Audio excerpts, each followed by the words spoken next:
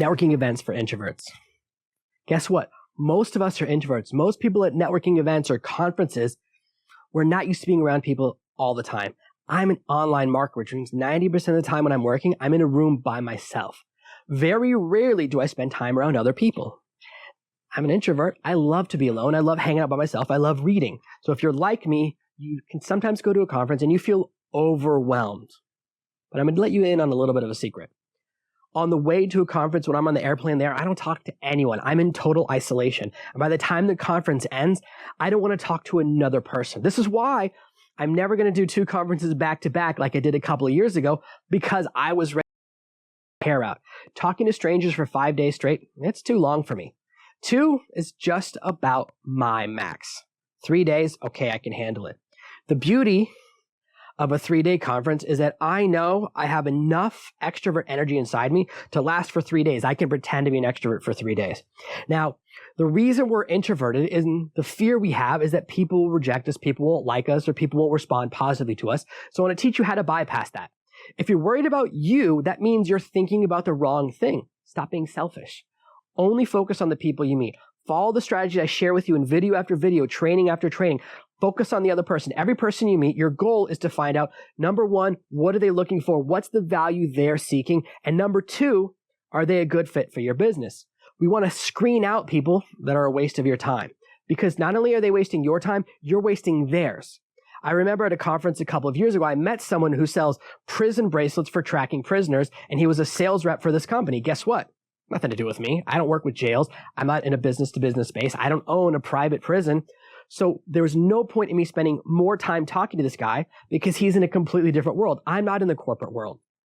I'm in the business-to-consumer world. I teach regular people how to build businesses. I don't deal with Fortune 500 companies. It's not my world.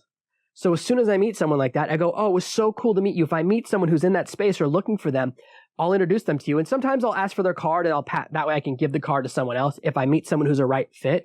So I don't end with a negative. I'm not shooting the person down or saying, hey, I don't want to spend time with you. I'm saying, oh, if I meet the right person for you, I'll introduce you. But if I don't, well, at least I haven't wasted your time. You can go out there and keep trying to meet people. But when I do meet someone who's in my industry, who's at the same level as me, which means a business owner, whether it's a business of 1 person or a business of 10,000, then I talk with them a little bit, figure out what they're looking for, and I store that information in my head. Now, if you're really analytical and organizational, maybe you store it in an app or you write it down in a notebook. I just keep it in my head, which means after 3 days, I forget it. And anytime I meet someone who has that value, I introduce them. So I don't have to do a lot of talking. I meet someone and say, hey, I'm Jonathan. What are you looking for here? If you can meet one person here, or you're trying to do one thing, or what's the one value you're looking for, or what are you trying to create, or what do you do? I want to find out what they want to give and what they want to take. Then it's easy for me to introduce them to other people. This is simple networking. Notice that none of this is about what I want, other than, are they a person who's relevant for me to know?